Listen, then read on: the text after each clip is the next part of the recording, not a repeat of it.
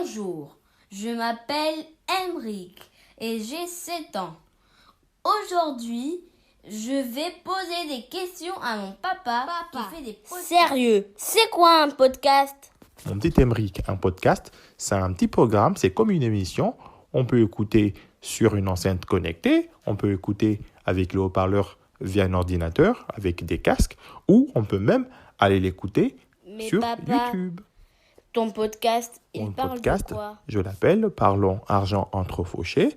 C'est des astuces, des conseils qu'on échange entre les personnes, entre les adultes, pour mieux gérer notre argent. Ça parle d'argent, ça parle d'autres choses, comme comment ne pas gaspiller des choses. Papa, combien d'argent on peut avoir dans une carte bancaire? Ce n'est pas la carte bancaire qui dit combien d'argent on a dedans. Ça veut dire que avant d'avoir une carte bancaire, on a un compte bancaire et dans ce compte bancaire, on a mis de l'argent. Par exemple, on a mis 100 euros, 200 euros et la carte bancaire est un moyen de retirer son argent via un distributeur. Comment régler un problème avec la carte bancaire? La carte bancaire permet de payer. En fait, c'est un moyen de paiement, mais la carte bancaire ne peut pas régler tous les problèmes. Si on va dans un magasin, on peut payer avec sa carte bancaire. Si on veut retirer de l'argent, on peut payer avec sa carte bancaire chez le boulanger, chez le commerçant du coin. Mais ça ne permet pas de régler tous les problèmes. La carte bancaire permet aussi, par exemple, d'acheter sur Internet.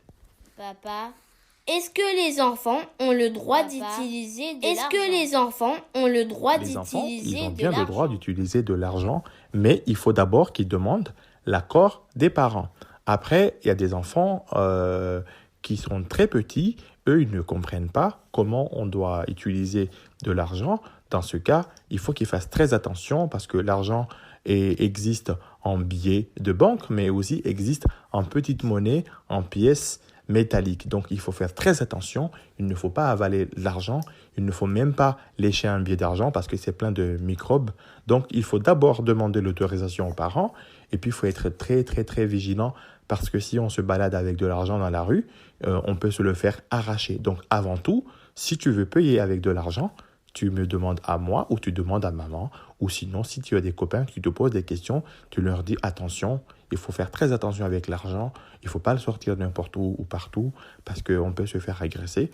Et il faut toujours demander l'accord des parents et être à côté des parents pour utiliser l'argent. Tu as compris? Oui, mais comment on fait si on n'a pas d'argent? C'est quoi être fauché? Ça veut dire que nous, on est fauchés? Être fauché, il y a deux façons d'être fauché. Par exemple, les gens, quand ils n'ont pas d'argent, ils se sentent fauchés. Il y a des gens, par exemple, qui n'en ont pas du tout ou qui en ont un petit peu, mais ils ont l'impression qu'ils ne peuvent pas se payer tout.